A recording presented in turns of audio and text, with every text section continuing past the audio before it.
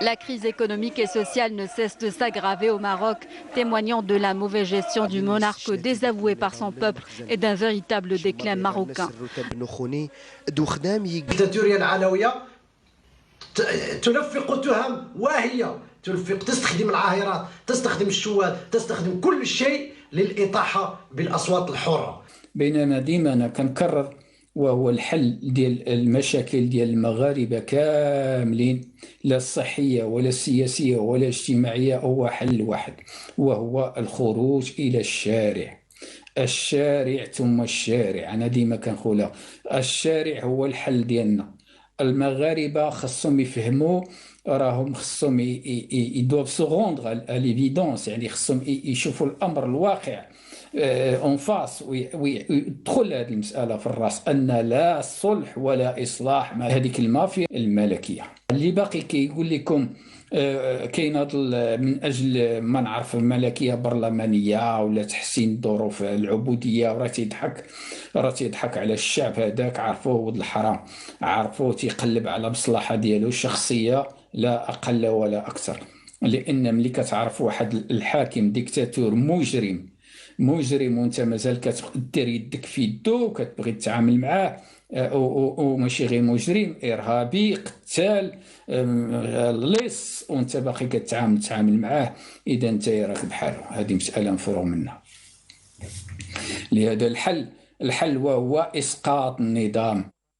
Indicateur du marasme économique, le déficit commercial du Maroc s'est aggravé de 26,4% durant les 11 premiers mois de 2021, se situant à près de 20 milliards de dollars à fin novembre. Selon les indicateurs relatifs aux échanges extérieurs publiés par l'Office d'échange du Merzen. Dans ce pays fortement dépendant des importations de carburant, de produits alimentaires, de biens et équipements, les importations se sont accrues de 24% par rapport à fin novembre 2020, soit plus de 51 milliards de dollars. Le malaise économique qui secoue le pays contraint le régime du Merzen à recourir à l'endettement extérieur. S'exprimant récemment, l'écrivain marocain Amin Bouchaïb a souligné dans un article que le Maroc, en raison de son incapacité à mobiliser des ressources financières supplémentaires répondant à l'évolution des dépenses de l'État, se voit contraint de recourir de manière continue à l'endettement auprès du Fonds monétaire international. Il est ainsi obligé de se conformer à tous les diktats du FMI.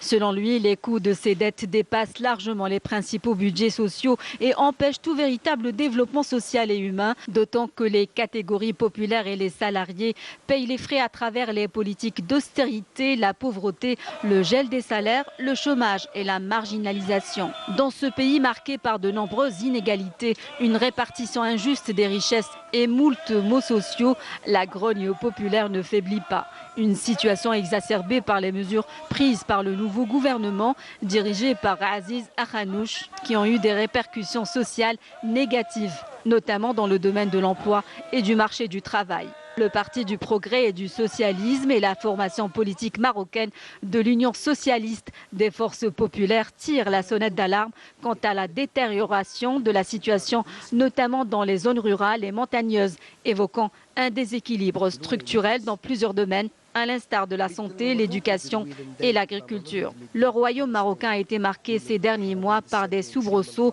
et plusieurs mouvements de protestation violemment réprimés par les forces de l'ordre marocaines. Le régime du Merzen est accusé de graves atteintes aux droits humains. Face à une situation qui se dégrade de jour en jour, les Marocains ne cessent de réclamer le départ de leur monarque, un monarque qui s'est accaparé des richesses de son pays, tournant le dos